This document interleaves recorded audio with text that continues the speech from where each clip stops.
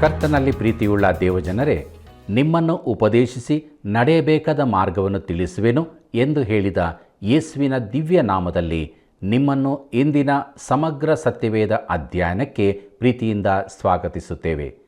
ಕಳೆದ ಕಾರ್ಯಕ್ರಮದಲ್ಲಿ ನಾವು 7ನೇ ಅಧ್ಯಾಯದ 28ನೇ ವಚನದಿಂದ 8ನೇ ಅಧ್ಯಾಯದ 6ನೇ ವಚನದವರೆಗೆ ಧ್ಯಾನ ಮಾಡಿಕೊಂಡೆವು.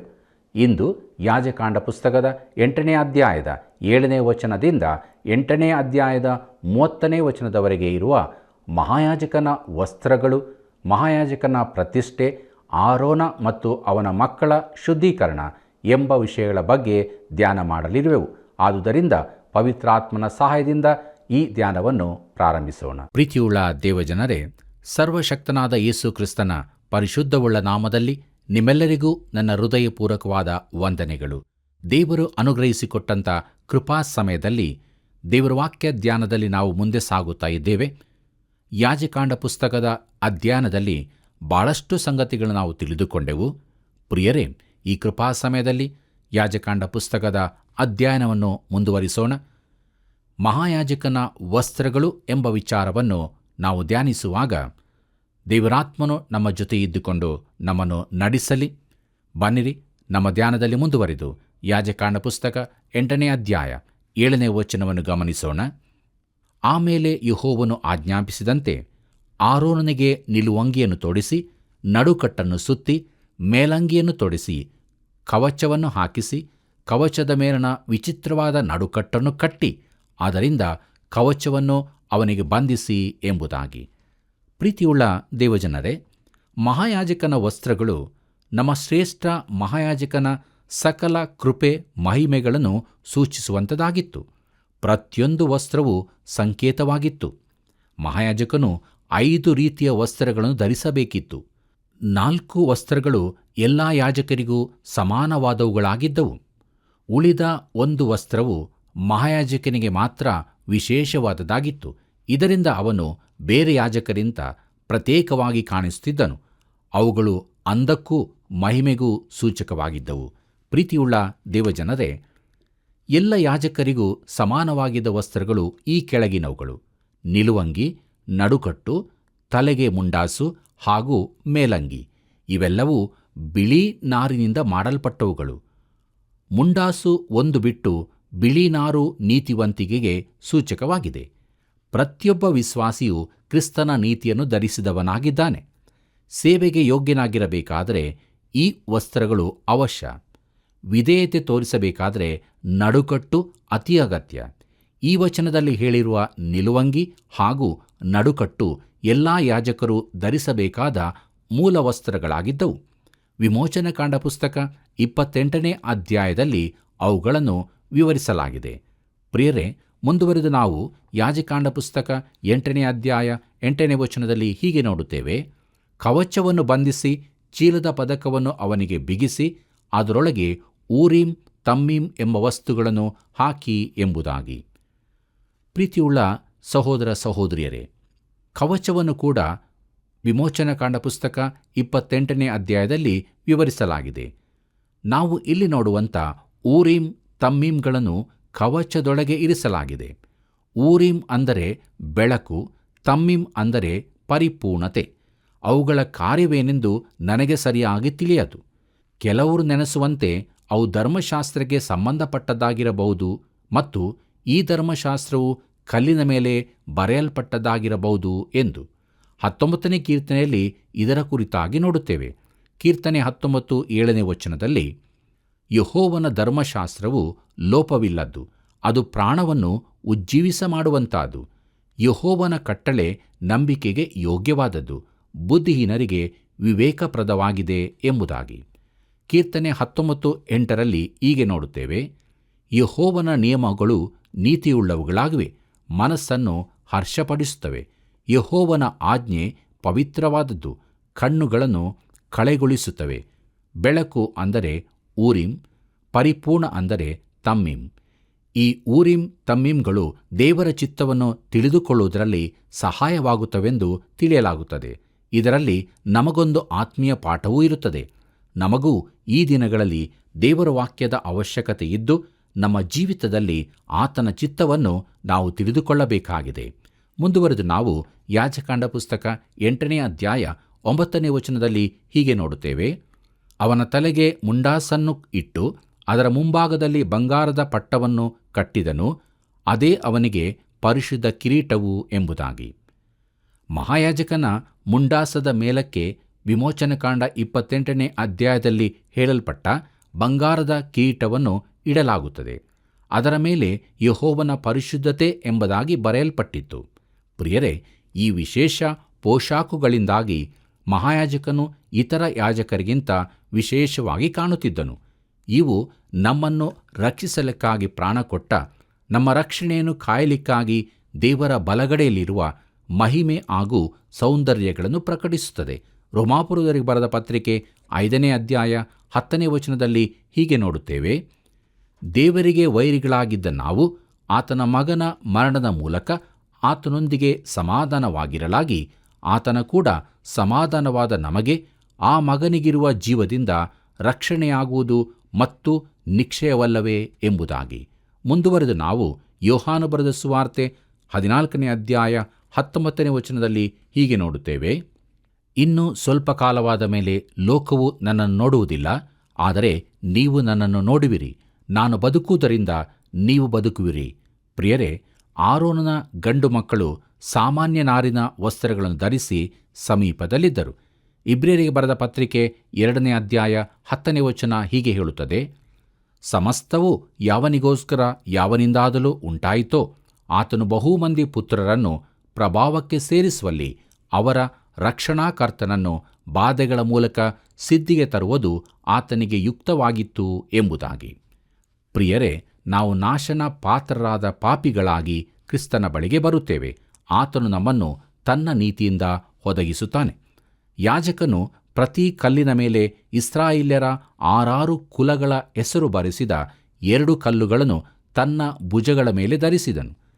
ಎದೆಯ ಮೇಲಿನ ಕವಚದ 2 ಭಾಗಗಳಲ್ಲೂ ಇಸ್ರಾಯೇಲ್ಯರ 6 ಕುಲಗಳ ಹೆಸರುಗಳನ್ನು ಬರೆಸಿದ 12 ಕಲ್ಲುಗಳಿದ್ದವು. ಮಹಾಯಾಜಕನು ತನ್ನ ಭುಜದ ಮೇಲೆ ಇಸ್ರಾಯೇಲ್ ಜನಾಂಗವನ್ನು ಹೊತ್ತಿದ್ದನು ಹಾಗೂ ಎದೆಯ ಮೇಲೆಯೂ ಹೊತ್ತಿದ್ದನು. ಭುಜಗಳು ಬಲವನ್ನು, ಹೃದಯವು ಪ್ರೀತಿಯನ್ನು ಸೂಚಿಸುತ್ತದೆ. ಬನ್ನಿರಿ ಪ್ರಿಯರೇ, ಮುಂದುವರೆದು ನಾವು ಯಾಜಕಾಂಡ ಪುಸ್ತಕ 8ನೇ ಅಧ್ಯಾಯ 10ನೇ ವಚನವನ್ನು ಧ್ಯಾನಿಸೋಣ. ಆನಂತರ ಮೋಶೆ ಅಭಿಷೇಕ ತೈಲವನ್ನು ತೆಗೆದುಕೊಂಡು ದೇವದರ್ಶನದ ಗುಡಾರವನ್ನು ಅದರಲ್ಲಿದ್ದ ಎಲ್ಲವನ್ನೂ ಅಭಿಷೇಕಿಸಿ ಪ್ರತಿಷ್ಠಿಸಿದನು ಎಂಬುದಾಗಿ. ಪ್ರಿಯರೇ, ಗುಡಾರ ಹಾಗೂ ಸೇವೆಗಾಗಿ ಉಪಯೋಗವಾಗುತ್ತಿದ್ದ ಎಲ್ಲ ಪಾತ್ರೆಗಳ ಮೇಲೆಯೂ ರಕ್ತವು ಚಿಮುಕಿಸಲ್ಪಟ್ಟಿತ್ತು. ಇಲ್ಲಿ ಅದು ಎಣ್ಣೆಯ ಅಭಿಷೇಕ ಹೊಂದಿದವು.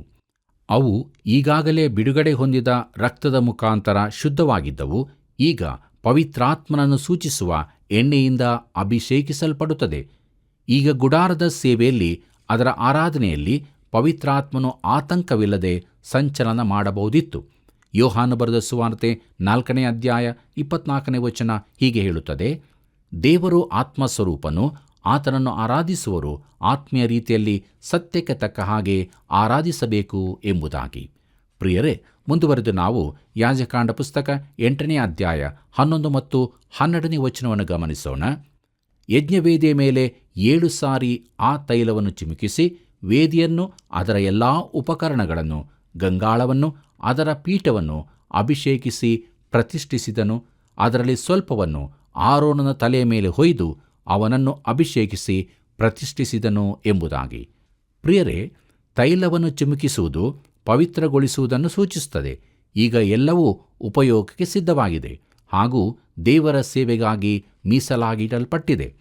ಆರೋನನಿಗೆ ಎಣ್ಣೆ ಚಿಮುಕಿಸಿದ್ದಲ್ಲ, ಎಣ್ಣೆಯಿಂದ ಅಭಿಷೇಕ ಮಾಡಿದ್ದು. ಅವನು ಎಣ್ಣೆಯಿಂದ ಪೂರ್ತಿ ಆವರಿಸಲ್ಪಟ್ಟನು. 133ನೇ ಕೀರ್ತನೆ 2ನೇ ವಚನ ಹೀಗೆ ಹೇಳುತ್ತದೆ. ಅದು ಆರೋನನ ತಲೆಯ ಮೇಲೆ ಹಾಕಲ್ಪಟ್ಟು ಅವನ ಗಡ್ಡದ ಮೇಲೆಯೂ ಅಲ್ಲಿಂದ ಅವನ ಅಂಗಿಗಳ ಕೊರಳಪಟ್ಟಿಯವರೆಗೂ ಹರಿದು ಬರುವ ಶ್ರೇಷ್ಠ ತೈಲದಂತೆ ಇದೆ ಎಂಬುದಾಗಿ. ಪ್ರಿಯರೇ, ಎಣ್ಣೆಯಿಂದ ಸೂಚಿತವಾದ ಪವಿತ್ರಾತ್ಮನು ಯೇಸುವಿನ ದೀಕ್ಷಾಸ್ನಾನದ ಸಂದರ್ಭದಲ್ಲಿ ಆತನ ಮೇಲೆ ಸುರಿಸಲ್ಪಟ್ಟನು. ದೇವರು ಆತ್ಮವರವನ್ನು ಅಳತೆ ಮಾಡದೆ ಅನುಗ್ರಹಿಸುವನು. ಅಂದರೆ ದೇವರು ತನ್ನ ಮಗನಿಗೆ ಪವಿತ್ರಾತ್ಮನನ್ನು ಅಳತೆ ಮಾಡದೆ ದಯಪಾಲಿಸುತ್ತಾನೆ. ಯಾಜಕರ ಮೇಲೆ ರಕ್ತ ಚಿಮಿಸಲ್ಪಡುವ ಮೊದಲೇ ಆರೋನನ ಮೇಲೆ ಎಣ್ಣೆಯೂ ಹೊಯ್ಯಲ್ಪಟ್ಟಿತು. ನಮ್ಮ ಮಹಾಯಾಜಕನಿಗೆ ಪಾಪ ಪರಿಹಾರಕ ಯಜ್ಞದ ಅಗತ್ಯಕತೆ ಇರುವುದಿಲ್ಲ, ಆದರೆ ನಮಗೆ ಬೇಕಾಗಿದೆ. ಇಬ್ರಿಯರಿಗೆ ಬರೆದ ಪತ್ರಿಕೆ 1ನೇ ಅಧ್ಯಾಯ 9ನೇ ವಚನದಲ್ಲಿ ಹೀಗೆ ನೋಡುತ್ತೇವೆ: ನೀನು ಧರ್ಮವನ್ನು ಪ್ರೀತಿಸಿದಿ, ಅಧರ್ಮವನ್ನು ದ್ವೇಷಿಸಿದಿ. ಆದುದರಿಂದ ದೇವರು, ನಿನ್ನ ದೇವರೇ ನಿನ್ನನ್ನು ನಿನ್ನ ಜೊತೆಗಾರರಿಗಿಂತ ಉನ್ನತ ಸ್ಥಾನಕ್ಕೆ ಏರಿಸಿ ಪರಮಾನಂದ ತೈಲದಿಂದ ಅಭಿಷೇಕಿಸಿದ್ದಾನೆ ಎಂಬುದಾಗಿ. ಪ್ರಿಯರೇ, ಮುಂದುವರೆದು ನಾವು ಯಾಜಕರ ವಸ್ತ್ರಗಳನ್ನು ಹಾಕುವುದು ಎಂಬುದಾಗಿ ನೋಡೋಣ. ನಮ್ಮ ಧ್ಯಾನವನ್ನು ಮುಂದುವರಿಸುವ ಹಾಗೆ ಯಾಜಕಾಂಡ ಪುಸ್ತಕ 8ನೇ ಅಧ್ಯಾಯ 13ನೇ ವಚನವನ್ನು ಓದಿಕೊಳ್ಳೋಣ. ಅಲ್ಲಿ ಹೀಗೆ ನೋಡುತ್ತೇವೆ: ಆಮೇಲೆ ಯೆಹೋವನು ಆಜ್ಞಾಪಿಸಿದಂತೆ ಮೋಶೆ ಆರೋನನ ಮಕ್ಕಳನ್ನು ಹತ್ತಿರಕ್ಕೆ ಕರೆದು ಅವರಿಗೆ ನಿಲುವಂಗಿಗಳನ್ನು ತೊಡಿಸಿ ನಡುಕಟ್ಟುಗಳನ್ನು ಸುತ್ತಿ ಮುಂಡಾಸಗಳನ್ನು ಇಟ್ಟನು ಎಂಬುದಾಗಿ. ಪ್ರಿಯರೇ, ಇವೆಲ್ಲವೂ ಯೆಹೋವನ ಅಪ್ಪಣೆಯಂತೆ ನಡೆಸಲ್ಪಟ್ಟವು ಎಂದು ತಿರುಗಿ ಹೇಳಲಾಗಿದೆ. ನಾವು ಕ್ರಿಸ್ತನ ನೀತಿಯನ್ನು ಧರಿಸಿಕೊಳ್ಳಬೇಕೆಂದು ಇದು ನಮಗೆ ತಿರುಗಿ ಜ್ಞಾಪಿಸುತ್ತದೆ. ನಾವು ನಮ್ಮ ಜೀವಿತವನ್ನು ಯಾವಾಗಲೂ ದೇವರ ವಾಕ್ಯದ ಬೆಳಕಿನಲ್ಲಿ ಪರೀಕ್ಷಿಸಿಕೊಳ್ಳುವವರು ಆಗಬೇಕು. ನಾವು ಯಾವ ನೀತಿಯನ್ನು ಧರಿಸಿಕೊಂಡಿದ್ದೇವೆ ಎಂಬುದಾಗಿ. ಕ್ರಿಸ್ತನ ನೀತಿಯನ್ನೇ ಧರಿಸಿಕೊಂಡವರಾಗಿ ಜೀವಿಸೋಣ ಪ್ರಿಯರೇ. ಮುಂದುವರೆದು ನಾವು ಆರೋನ ಮತ್ತು ಅವನ ಮಕ್ಕಳ ಶುದ್ಧೀಕರಣದ ಬಗ್ಗೆ ನೋಡೋಣ. ನಮ್ಮ ಧ್ಯಾನವನ್ನು ಮುಂದುವರಿಸುವ ಹಾಗೆ ಯಾಜಕಾಂಡ ಪುಸ್ತಕ 8ನೇ ಅಧ್ಯಾಯ 14ನೇ ವಚನವನ್ನು ಗಮನಿಸಿರಿ. ಆನಂತರ ಅವನು ದೋಷ ಪರಿಹಾರಾರ್ಥಕವಾದ ಹೋರಿಯನ್ನು ತರಿಸಿದನು. ಆರೋನನು ಅವನ ಮಕ್ಕಳು ತಮ್ಮ ಕೈಗಳನ್ನು ಅದರ ತಲೆಯ ಮೇಲೆ ಇಟ್ಟರು ಎಂಬುದಾಗಿ. ಪ್ರಿಯರೇ, ಹೋರಿಯು ಮಹಾಯಾಜಕನ ದೋಷ ಪರಿಹಾರಕ್ಕಾಗಿ ಇತ್ತು. ಆರೋನನ 4 ಮಂದಿ ಮಕ್ಕಳಿಗೂ ಇದು ದೋಷ ಪರಿಹಾರಕ್ಕೆ ಸಂಬಂಧಿಸಿದಾಗಿತ್ತು. ಅವರ ಪಾಪವು ಯಜ್ಞ ಪಶುವಿಗೆ ವರ್ಗಾಯಿಸಲ್ಪಡುತ್ತಿತ್ತು. ತಲೆಯ ಮೇಲೆ ಕೈಗಳನ್ನಿಡುವುದು ಅದಕ್ಕೆ ಸೂಚನೆಯಾಗಿತ್ತು. ಅವರು ದೇವರ ಸೇವೆಯಲ್ಲಿರುವವರಾದರೂ ಪಾಪಿಗಳೇ ಆಗಿದ್ದವರು ಎಂಬುದನ್ನು ದೇವರು ಅವರ ಹೃದಯ ಆತ್ಮಗಳಿಗೆ ನಿಸ್ಸಂದೇಹವಾಗಿ ಸ್ಪಷ್ಟಪಡಿಸಿದನು. ಪ್ರೀತಿಯುಳ್ಳ ದೇವಜನರೇ, ಸತ್ಯವೇದವನ್ನು ಓದುತ್ತಾ ಹೋಗುವಾಗ ದೇವಜನರೆಲ್ಲರೂ ತಾವು ಪಾಪಿಗಳು ಎಂಬ ಸತ್ಯಾಂಶವನ್ನು ತಿಳಿದೇ ಇದ್ದರೆಂಬುದಾಗಿ ತಿಳಿಯುತ್ತೇವೆ. ಕೀರ್ತನೆಗಾರನು ಹೀಗೆ ಹೇಳುತ್ತಾನೆ, 40ನೇ ಕೀರ್ತನೆ 12ನೇ ವಚನದಲ್ಲಿ: ಯಾಕೆಂದರೆ ಲೆಕ್ಕವಿಲ್ಲದ ಆಪತ್ತುಗಳು ನನ್ನನ್ನು ಸುತ್ತಿಕೊಂಡಿವೆ, ನನ್ನ ಪಾಪಗಳು ನನ್ನನ್ನು ಹಿಂದಟ್ಟಿ ಹಿಡಿದಿರುತ್ತವೆ, ನನಗೆ ದಿಕ್ಕೇ ತೋರುವುದಿಲ್ಲ.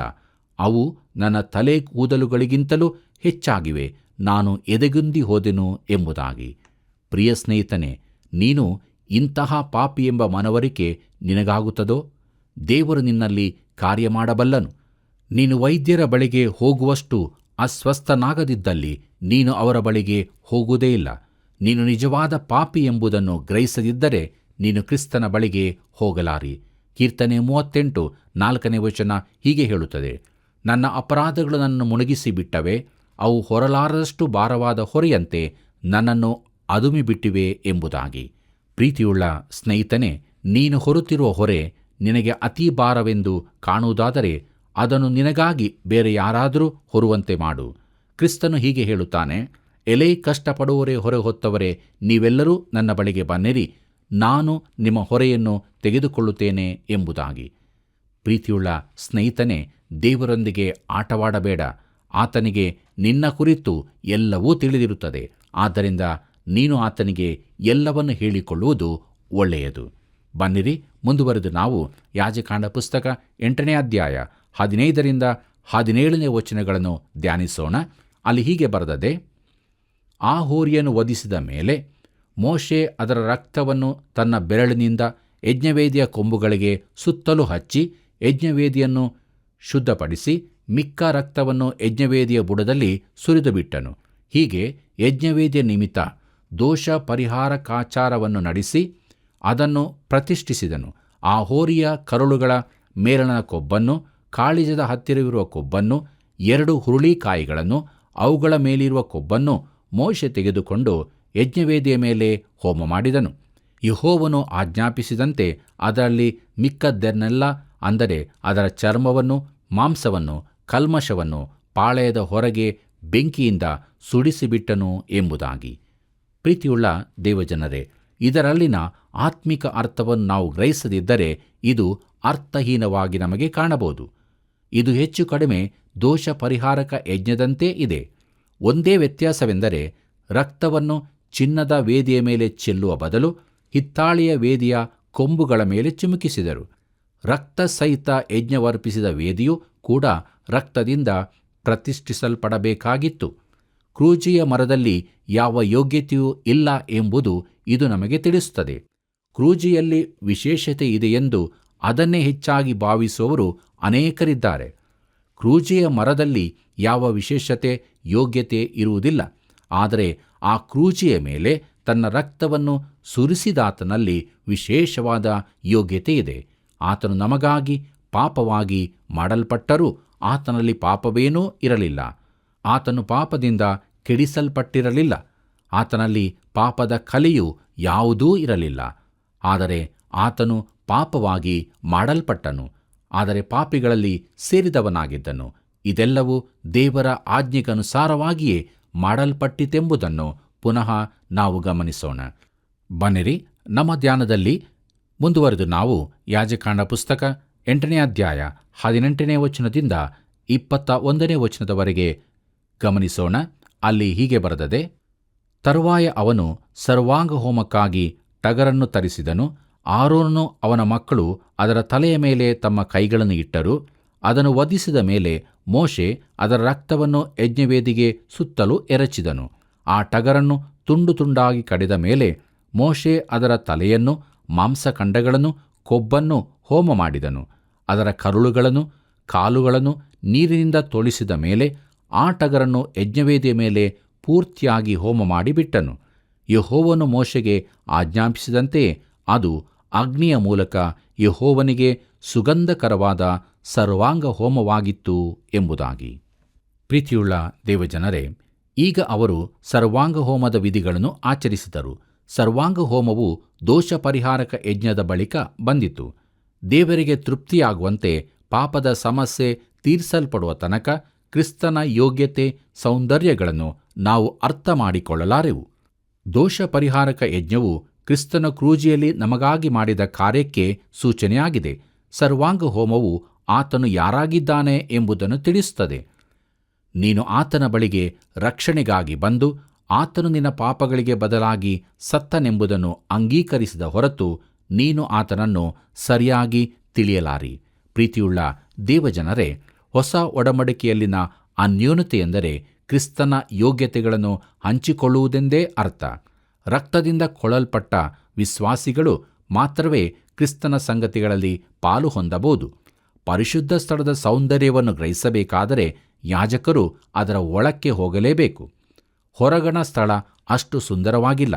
ಅದೇ ರೀತಿಯಾಗಿ ಅವಿಶ್ವಾಸಿಯಾದ ಲೋಕವು ಕ್ರಿಸ್ತನ ಸೌಂದರ್ಯವನ್ನು ಗ್ರಹಿಸಲಾರದು. ಅದು ಆತನನ್ನು ತಿರಸ್ಕರಿಸುತ್ತದೆ. ಆದರೆ ದೇವರ ಮಗುವು ಪ್ರತಿದಿನವೂ ದೇವರಲ್ಲಿ ಹೊಸ ಸೌಂದರ್ಯವನ್ನು ಕಾಣಬಹುದು. ಪ್ರೀತಿಯುಳ್ಳ ದೇವಜನರೇ, ಮುಂದುವರೆದು ನಮ್ಮ ಧ್ಯಾನದಲ್ಲಿ ಯಾಜಕಾಂಡ ಪುಸ್ತಕ 8ನೇ ಅಧ್ಯಾಯ 22ನೇ ವಚನದಿಂದ 24ನೇ ವಚನವನ್ನು ಗಮನಿಸೋಣ.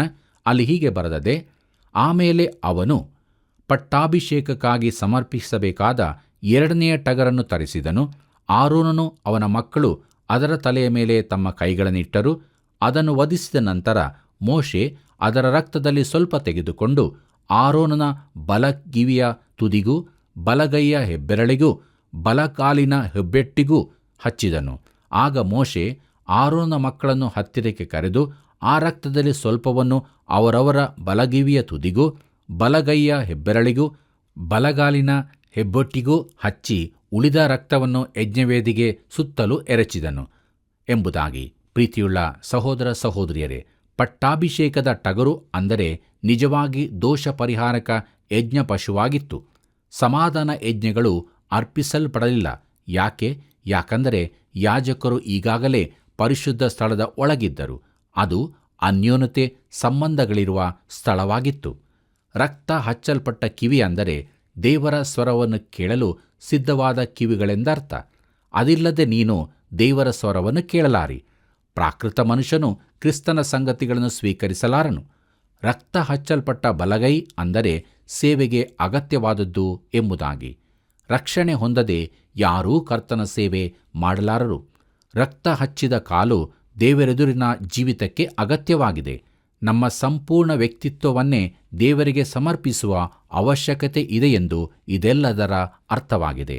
ಬನ್ನಿರಿ, ಮುಂದುವರೆದು ನಾವು ಯಾಜಕಾಂಡ ಪುಸ್ತಕ 8ನೇ ಅಧ್ಯಾಯ 25ನೇ ವಚನದಿಂದ 29ನೇ ವಚನದವರೆಗೆ ನೋಡೋಣ. ಅಲ್ಲಿ ಹೀಗೆ ಬರೆದದೆ: ಅವನು ಆ ಟಗರಿನ ಕೊಬ್ಬನ್ನು, ಅಂದರೆ ಬಾಲದ ಕೊಬ್ಬು, ಕರುಳುಗಳ ಮೇಲಣ ಎಲ್ಲಾ ಕೊಬ್ಬು, ಕಾಳಿಜದ ಹತ್ತಿರವಿರುವ ಕೊಬ್ಬು, 2 ಹುರುಳಿಕಾಯಿಗಳು, ಅವುಗಳ ಮೇಲಿದ್ದ ಕೊಬ್ಬು, ಇವುಗಳನ್ನು ಬಲದೊಡೆಯನ್ನು ಯೆಹೋವನ ಸನ್ನಿಧಿಯಲ್ಲಿ ಪುಟ್ಟಿಯಲ್ಲಿ ಇಟ್ಟಿದ್ದ ಹುಳಿಯಿಲ್ಲದ ಭಕ್ಷ್ಯಗಳಲ್ಲಿ 1 ರೊಟ್ಟಿಯನ್ನು, ಎಣ್ಣೆ ಮಿಶ್ರವಾದ 1 ಹೋಳಿಗೆಯನ್ನು, 1 ಕಡುಬನ್ನು ತೆಗೆದುಕೊಂಡು ಈ ಭಕ್ಷ್ಯಗಳನ್ನು ಆ ಕೊಬ್ಬಿನ ಮತ್ತು ಬಲದೊಡೆಯ ಮೇಲೆ ಇಟ್ಟು ಎಲ್ಲವುಗಳನ್ನು ಆರೋನನ ಮತ್ತು ಅವನ ಮಕ್ಕಳ ಕೈಗಳಿಗೆ ಕೊಟ್ಟು ನೈವೇದ್ಯವೆಂದು ಸೂಚಿಸುವುದಕ್ಕೆ ಯೆಹೋವನ ಸನ್ನಿಧಿಯಲ್ಲಿ ನಿವಾಳಿಸಿದನು. ಆಮೇಲೆ ಮೋಶೆ ಅವುಗಳನ್ನು ಅವರ ಕೈಯಿಂದ ತೆಗೆದುಕೊಂಡು ಯಜ್ಞವೇದಿಯಲ್ಲಿ ಸರ್ವಾಂಗ ಹೋಮ ದ್ರವ್ಯದ ಮೇಲಿಟ್ಟು ಹೋಮ ಮಾಡಿದನು ಎಂಬುದನ್ನು ನೋಡುತ್ತೇವೆ. ಅದು ಅಗ್ನಿಯ ಮೂಲಕ ಯೆಹೋವನಿಗೆ ಸುಗಂಧಕರವಾದ ಪಟ್ಟಾಭಿಷೇಕ ಯಜ್ಞವಾಗಿತ್ತು. ಪ್ರಿಯರೇ, ಈ ಎಲ್ಲ ಹೋಮಗಳಿಂದಲೂ ಭಾಗಗಳನ್ನು ತೆಗೆದು ಒಟ್ಟು ಮಾಡಿ ಅದನ್ನು ಆರೋನನ ಹಾಗೂ ಅವನ ಮಕ್ಕಳ ಕೈಗಳಿಟ್ಟರು. ಅವರು ಅವುಗಳನ್ನು ಯೆಹೋವನೆದುರಿಗೆ ನಿವಾಳಿಸಿದರು. ಇದು ಸಂಪೂರ್ಣವಾಗಿ ದೇವರಿಗೆ ಸಮರ್ಪಿಸುವುದರ ಸಂಕೇತವಾಗಿತ್ತು. ಇಬ್ರಿಯರಿಗೆ ಬರೆದ ಪತ್ರಿಕೆ 9ನೇ ಅಧ್ಯಾಯ 28ನೇ ವಚನ ಹೀಗೆ ಹೇಳುತ್ತದೆ: ಹಾಗೆಯೇ ಕ್ರಿಸ್ತನು ಸಹ ಬಹುಜನರ ಪಾಪಗಳನ್ನು ಹೊತ್ತುಕೊಳ್ಳುವುದಕ್ಕೋಸ್ಕರ ಒಂದೇ ಸಾರಿ ಸಮರ್ಪಿತನಾದನು ಮತ್ತು ತನ್ನನ್ನು ನಿರೀಕ್ಷಿಸಿಕೊಂಡಿರುವವರಿಗೆ ರಕ್ಷಣೆಯುಂಟು ಮಾಡುವುದಕ್ಕೋಸ್ಕರ ಪಾಪ ಸಂಬಂಧವಿಲ್ಲದವನಾಗಿ 2ನೇ ಸಾರಿ ಕಾಣಿಸಿಕೊಳ್ಳುವನು ಎಂಬುದಾಗಿ. ಪ್ರೀತಿಯುಳ್ಳ ದೇವಜನರೇ, ಯೇಸು ಕ್ರಿಸ್ತನ ಮರಣ, ಆತನ ಸಮರ್ಪಣೆ, ಅದು ಈಗ ತಾನೇ ನಾವು ಧ್ಯಾನಿಸಿದ ಪ್ರತಿಯೊಂದು ಯಜ್ಞಗಳು ಮಾತ್ರವಲ್ಲ, ಹೋಮಗಳನ್ನು ಪ್ರತಿನಿಧಿಸುವಂಥದ್ದೂ ಆಗಿದೆ. ಪ್ರೀತಿಯುಳ್ಳ ದೇವಜನರೇ, ನಮ್ಮ ಕಾರ್ಯಕ್ರಮದ ಅಂತ್ಯಭಾಗದಲ್ಲಿ ನಾವು ಯಾಜಕಾಂಡ ಪುಸ್ತಕ 8ನೇ ಅಧ್ಯಾಯ 30ನೇ ವಚನವನ್ನು ಧ್ಯಾನಿಸೋಣ. ಅಲ್ಲಿ ಹೀಗೆ ಬರೆದದೆ: ಆಗ ಮೋಶೆ ಅಭಿಷೇಕ ತೈಲದಲ್ಲಿಯೂ ಯಜ್ಞವೇದಿಯ ಮೇಲಿದ್ದ ರಕ್ತದಲ್ಲಿಯೂ ಸ್ವಲ್ಪ ತೆಗೆದುಕೊಂಡು ಆರೋನ ಮತ್ತು ಅವನ ವಸ್ತ್ರಗಳ ಮೇಲೆಯೂ ಅವನ ಮಕ್ಕಳ ಮತ್ತು ಅವರ ವಸ್ತ್ರಗಳ ಮೇಲೆಯೂ ಚಿಮುಕಿಸಿದನು. ಹೀಗೆ ಆರೋನನನ್ನು, ಅವನ ವಸ್ತ್ರಗಳನ್ನು, ಅವನ ಮಕ್ಕಳನ್ನು, ಅವರ ವಸ್ತ್ರಗಳನ್ನು ಪ್ರತಿಷ್ಠಿಸಿದನು ಎಂಬುದಾಗಿ. ಕರ್ತನಲ್ಲಿ ಪ್ರಿಯರೇ, ಈಗ ಆರೋನನು ಎಲ್ಲಾ ಯಾಜಕರು ರಕ್ತ ಹಾಗೂ ಎಣ್ಣೆಗಳಿಂದ ಪ್ರತಿಷ್ಠಿಸಲ್ಪಟ್ಟರು. ರಕ್ತವು ಕ್ರಿಸ್ತನ ಕಾರ್ಯವಾದ ಪಾಪ ಕ್ಷಮಾಪಣೆಗಾಗಿಯೂ ಎಣ್ಣೆಯು ದೇವರಾತ್ಮನ ಅಭಿಷೇಕಕ್ಕಾಗಿಯೂ ಇತ್ತು. ಇದು ಕರ್ತನಾದ ಯೇಸುವಿಗೆ ಸೂಚನೆಯಾಗಿದೆ. ಆತನು ಹೀಗೆ ಹೇಳಿದ್ದಾನೆ. ಯೋಹಾನ ಬರೆದ ಸುವಾರ್ತೆ 17ನೇ ಅಧ್ಯಾಯ 19ನೇ ವಚನದಲ್ಲಿ: ಇವರು ನಿಜವಾಗಿ ಪ್ರತಿಷ್ಠಿತರಾಗಬೇಕೆಂದು ಇವರಿಗೋಸ್ಕರ ನಾನು ನನ್ನನ್ನು ಪ್ರತಿಷ್ಠೆಪಡಿಸಿಕೊಳ್ಳುತ್ತೇನೆ ಎಂಬುದಾಗಿ. ಪ್ರಿಯರೇ, ವಿಶ್ವಾಸಿಗಳು ಲೋಕದೆದುರು ರಕ್ತದಿಂದ ಕೊಳಲ್ಪಟ್ಟ ದೇವರ ಮಕ್ಕಳಂತೆ ನಡೆದುಕೊಳ್ಳತಕ್ಕದ್ದು. ಯೂದನ ಪತ್ರಿಕೆ 23ನೇ ವಚನದಲ್ಲಿ ಬರೆಯಲ್ಪಟ್ಟದ್ದು ಇದೇ ಆಗಿದೆ. ಅಲ್ಲಿ ಹೀಗೆ ನೋಡುತ್ತೇವೆ: ಕೆಲವರನ್ನು ಭಯಯುಕ್ತರಾಗಿ ಕರುಣಿಸಿರಿ, ಹೊಲಸು ನಡತೆಯಿಂದ ಮೈಲಿಗೆಯಾದವರ ಅಂಗಿಗಳನ್ನು ಅಸಹಿಸಿರಿ ಎಂಬುದಾಗಿ. ಪ್ರಿಯರೇ, ನಾವು ಪ್ರತಿಷ್ಠೆಯ ಆರಾಧನೆಗಳಲ್ಲಿ ಭಾಗವಹಿಸಬಹುದು, ಪ್ರತಿಷ್ಠಿತೆಯ ಪ್ರತಿಜ್ಞೆಗಳನ್ನು ಮಾಡಬಹುದು. ಆದರೆ ನಿಜವಾದ ಪ್ರಶ್ನೆ ಎಂದರೆ, ಇತರರು ನಿನ್ನ ಕುರಿತಾಗಿ ಏನು ತಿಳಿದುಕೊಳ್ಳುತ್ತಾರೆ ಎಂಬುದೇ. ನಿನ್ನ ಸುತ್ತಲಿನ ಜನ ನಿನ್ನ ಕುರಿತು ಏನು ಯೋಚಿಸುತ್ತಾರೆ? ನೀನು ಕರ್ತನ ಸೇವೆ ಮಾಡುತ್ತೀಯೆಂದು ಅವರು ತಿಳಿದುಕೊಳ್ಳುತ್ತಾರೋ? ನೀನು ನಿಜವಾಗಿ ಪ್ರತಿಷ್ಠಿಸಲ್ಪಟ್ಟವನೆಂದು ಅವರು ಅರಿತುಕೊಳ್ಳುತ್ತಾರೋ? ಪ್ರೀತಿಯುಳ್ಳ ದೇವಜನರೇ, ಒಬ್ಬ ಕ್ರೈಸ್ತ ಸಹೋದರನ ಕುರಿತಾಗಿ ಅದ್ಭುತವಾದ ಸಂಗತಿಯೊಂದನ್ನು ನಾನು ಕೇಳಿದ್ದೆ. ರಕ್ಷಿಸಲ್ಪಡದ ಒಬ್ಬನು ಹೀಗೆ ಹೇಳಿದರು: ಈ ವ್ಯಕ್ತಿಯ ಧರ್ಮದ ಕುರಿತಾಗಿ ನನಗೆ ಹೆಚ್ಚೇನೂ ತಿಳಿಯದು, ಆದರೆ ಎಂದಾದರೂ ನನಗೆ ಧರ್ಮದ ಅವಶ್ಯಕತೆ ಬಿದ್ದರೆ ನಾನು ಈತನ ಧರ್ಮವನ್ನು ಸ್ವೀಕರಿಸುತ್ತೇನೆ ಎಂದು. ಪ್ರಿಯರೇ, ಕ್ರೈಸ್ತರ ಕುರಿತು ಈ ದಿನಗಳಲ್ಲಿ ಲೋಕದವರ ಅಭಿಪ್ರಾಯ ಅಷ್ಟೇನು ಹಿತಕರವಾಗಿರುವುದಿಲ್ಲವೆಂದು ನಾನು ನೆನೆಸುತ್ತೇನೆ. ಲೋಕದ ಜನರನ್ನು ಕ್ರಿಸ್ತನ ಬಳಿಗೆ ಆಕರ್ಷಿಸುವ ರೀತಿಯಲ್ಲಿ ನಾವು ಜೀವಿಸಬೇಕಾಗಿದೆ. ಹೀಗಾಗುವಂತೆ ದೇವರು ತಾನೇ ನಮ್ಮೆಲ್ಲರಿಗೆ ಸಹಾಯ ಮಾಡಿ ನಡೆಸಲಿ. ಆತನ ಕೃಪೆಯು ಸದಾ ನಿಮ್ಮ ಸಂಗಡ ಇರಲಿ. ಪ್ರಿಯರೇ, ಇಂದಿನ ಕಾರ್ಯಕ್ರಮದಲ್ಲಿ ನಾವು ಯಜ್ಞವೇದಿಯ ಮೇಲೆ 7 ಸಾರಿ ಆ ತೈಲವನ್ನು ಚಿಮುಕಿಸಿ ವೇದಿಯನ್ನು, ಅದರ ಎಲ್ಲ ಉಪಕರಣಗಳನ್ನು, ಗಂಗಾಳವನ್ನು, ಅದರ ಪೀಠವನ್ನು ಅಭಿಷೇಕಿಸಿ ಪ್ರತಿಷ್ಠಿಸಿದನು. ಅದೇ ರೀತಿ ನಮ್ಮ ಕರ್ತನಾದ ಯೇಸು ಕ್ರಿಸ್ತನು ಸಹ 7 ಸಾರಿ ತನ್ನ ದೇಹದಿಂದ ರಕ್ತವನ್ನು ಸುರಿಸಿದನು. ತಲೆಯಿಂದ, ಇಡೀ ದೇಹದ ಗಾಯಗಳಿಂದ, ಬಲಗೈ, ಎಡಗೈ, ಪಕ್ಕೆ ಹಾಗೂ ಕಾಲುಗಳಿಂದ. ಆದುದರಿಂದ ನಾವು ಶುದ್ಧರಾದೆವು. ಪರಿಪೂರ್ಣ ಶುದ್ಧತೆಯನ್ನು ಹೊಂದಿಕೊಳ್ಳಲು ಕರ್ತನ ಚಿತ್ತಕ್ಕೆ ಒಪ್ಪಿಸಿಕೊಡೋಣ. ಬನ್ನಿರಿ, ಪ್ರಾರ್ಥನೆ ಮಾಡೋಣ. ಪ್ರೀತಿ ಸ್ವರೂಪನಾದ ತಂದೆಯಾದ ದೇವರೇ, ಇದ್ದಂಥ ಸ್ಥಿತಿಯಲ್ಲಿ ನಿನ್ನ ಬಳಿಗೆ ಬಂದಿದ್ದೇವೆ ಸ್ವಾಮಿ. ನೀನು ಪರಿಶುದ್ಧನಾಗಿರುವ ಮೇರೆಗೆ ನಾವು ಪರಿಶುದ್ಧರಾಗಿರಬೇಕು ಎಂಬುದಾಗಿ ನೀನು ಹೇಳಿದೆಯಲ್ಲ. ನೀನು ನಮ್ಮ ಹೃದಯವನ್ನು ನೋಡುವಲ್ಲಿ ನಮ್ಮಲ್ಲಿ ಯಾವ ಅಶುದ್ಧತೆ ಇದೆ ಎಂಬುದಾಗಿ ನಿನಗೆ ತಿಳಿದದೆ. ಆದ್ದರಿಂದ ನಿನ್ನ ಪರಿಶುದ್ಧವಾದ ರಕ್ತದಿಂದ ನಮ್ಮನ್ನು ತೊಳೆದು ಶುದ್ಧೀಕರಿಸಿ, ನಿನ್ನ ವಾಕ್ಯಗಳಿಂದ ತುಂಬಿಸಿ, ನಾವೆಲ್ಲರೂ ನಮ್ಮ ಜೀವಿತದಲ್ಲಿ ಪರಿಶುದ್ಧತೆಯಿಂದ ಪರಿಶುದ್ಧತೆ ಕಡೆಗೆ, ಪರಿಪೂರ್ಣತೆಯಿಂದ ಪರಿಪೂರ್ಣತೆ ಕಡೆಗೆ ಸಾಗುವುದಕ್ಕೆ ನಮಗೆ ಸಹಾಯ ಮಾಡು. ನಿನ್ನ ವಾಕ್ಯಗಳು ಎಲ್ಲರ ಜೀವಿತವನ್ನು ಶುದ್ಧೀಕರಿಸಲಿ, ನಿರೀಕ್ಷೆ ಜೀವಿತಕ್ಕೆ ನಡೆಸಲಿ. ಯೇಸುವಿನ ನಾಮದಲ್ಲಿ ಬೇಡಿದ್ದೇವೆ ತಂದೆಯೇ, ಆಮೆನ್. ಪ್ರಿಯರೇ, ಇಂದಿನ ಕಾರ್ಯಕ್ರಮವು ನಿಮಗೆ ಆಶೀರ್ವಾದದಾಯಕವಾಗಿತ್ತಲ್ಲವೇ? ಹಾಗಾದರೆ ಆಶೀರ್ವಾದ ಹೊಂದಿಕೊಂಡ ತಾವೆಲ್ಲರೂ ಈ ಸೇವೆಯ ಮೂಲಕ ಇತರರೂ ಕೂಡ ದೇವರನ್ನು ಕಂಡುಕೊಳ್ಳಲು ಹಿಂದೆ ನಮಗೊಂದು ಕರೆ ಮಾಡಿರಿ. ಮುಂದಿನ ಕಾರ್ಯಕ್ರಮದಲ್ಲಿ ತಿರುಗಿ ಭೇಟಿಯಾಗೋಣ. ವಂದನೆಗಳು.